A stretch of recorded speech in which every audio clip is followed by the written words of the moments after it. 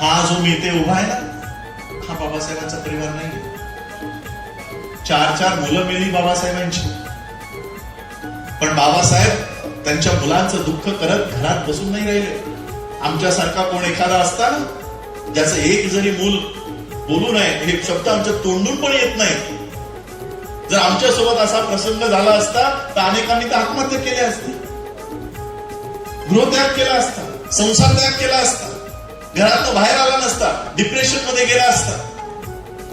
4 मुलं मेली बाबासाहेबांची, पण बाबासाहेब रडत बसले नाही. बाबासाहेबांनी काय ठरवलं की माझी मुलं जशी मेली तशी तुमची मुलं मरता कामा नये, यासाठी 24 तास काम करत होते.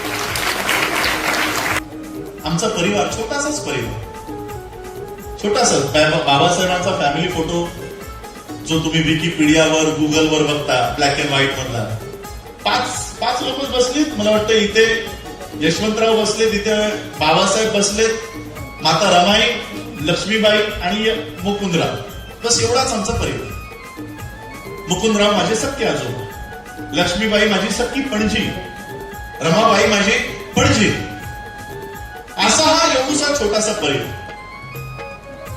पण हा जरी परिवार बायोलॉजिकल परिवार जरी असला आणि मी जरी इथे बाबासाहेबांच्या रक्ताचा जरी इथे असलो, तरी बाबासाहेबांचा खरा परिवार म्हणजे मी नाही.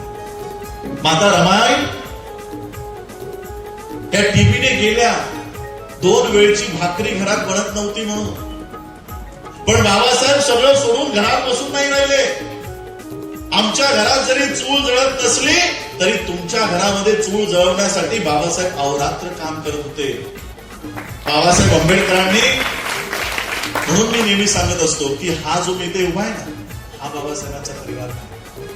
बाबासाहेब ज्यांच्यासाठी जगले म्हणजे ते तुम्ही हा बाबासाहेबांचा खरा परिवार आहे. हा माझ्या समोर जो बसला हा खरा बाबासाहेब आंबेडकरांचा परिवार. आणि हे सगळं बाबासाहेबांचं उर्वरित राहिलेलं काम हे आम्हा सगळ्यांना मिळून करायचं, आम्हा सगळ्यांना मिळून करायचं.